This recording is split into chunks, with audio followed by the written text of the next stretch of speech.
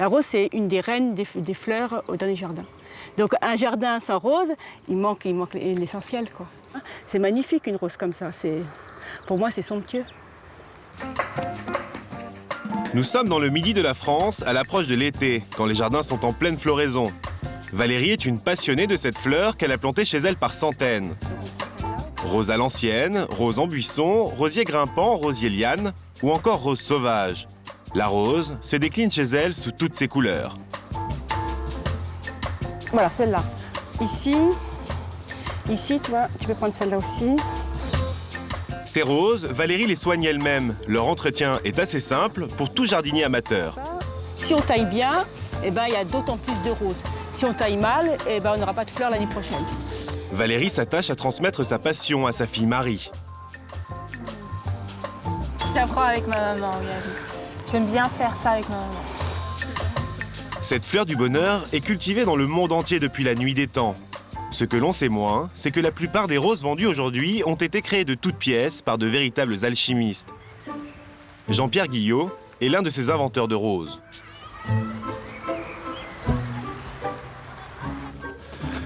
Alors là, nous arrivons dans le Saint des Saints, c'est-à-dire l'endroit où nous créons toutes nos roses nouvelles. Le but de Jean-Pierre, obtenir des roses toujours plus belles et plus robustes. Des roses qui naissent d'un drôle d'accouplement. Et voici la recette. Pour créer une rose, en fait, il faut un père et une mère. Dans chaque rose, il y a à la fois les graines mâles et femelles. Pour obtenir une mère, il faut donc lui enlever sa partie mâle. C'est une rose, il faut d'abord la choisir suffisamment ouverte. Les organes mâles se trouvent sous les pétales, au cœur de la rose. Ce sont les étamines. Donc là, celle-là, elle a vraiment des étamines exceptionnelles. On enlève les étamines, donc on castre. La castrée permet de ne garder que le pistil, l'organe femelle de la fleur. C'est une autre rose qui va venir la féconder. Deuxième étape donc, cueillir les étamines d'une autre espèce. Céline est en charge de cette délicate opération qu'on appelle l'hybridation. Ce sont donc ces deux fleurs qui vont s'accoupler et donner naissance à une nouvelle variété de roses. On récupère le pollen. Le pollen récolté sur la première fleur, Céline l'applique directement au pinceau sur le pistil de l'autre rose.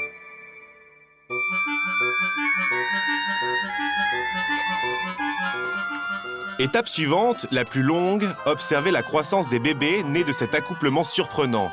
Pendant des mois, Jean-Pierre viendra visiter cette nurserie tous les matins. Celle-là, elle me plaît parce qu'elle a une belle forme. Elle a une belle forme de fleur, avec les pétales, vous voyez, qui sont un peu découpés. Ouais.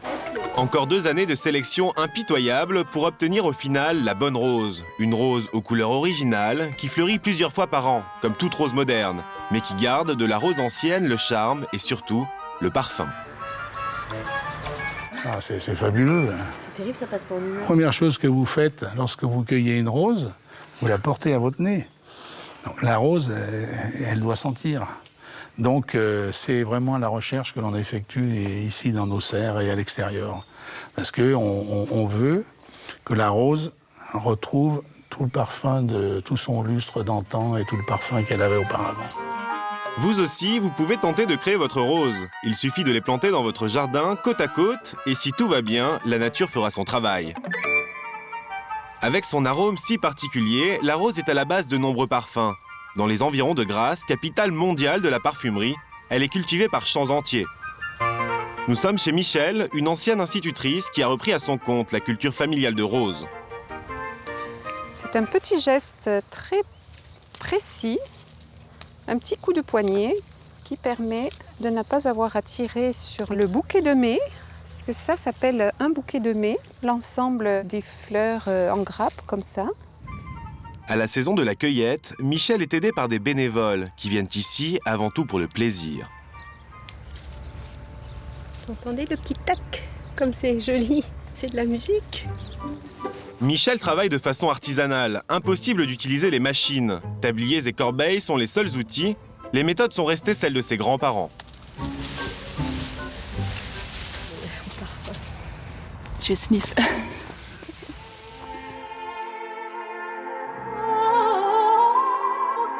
Cette rosa centifolia, ou rose de Provence, donne un parfum suave et miellé. C'est celle qu'utilisent les parfumeurs grassois depuis plus d'un siècle.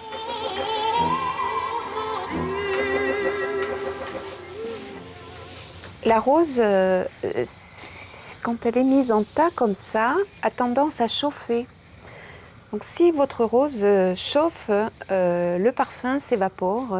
Donc il est important qu'on la rafraîchisse et qu'on la brasse tout le temps.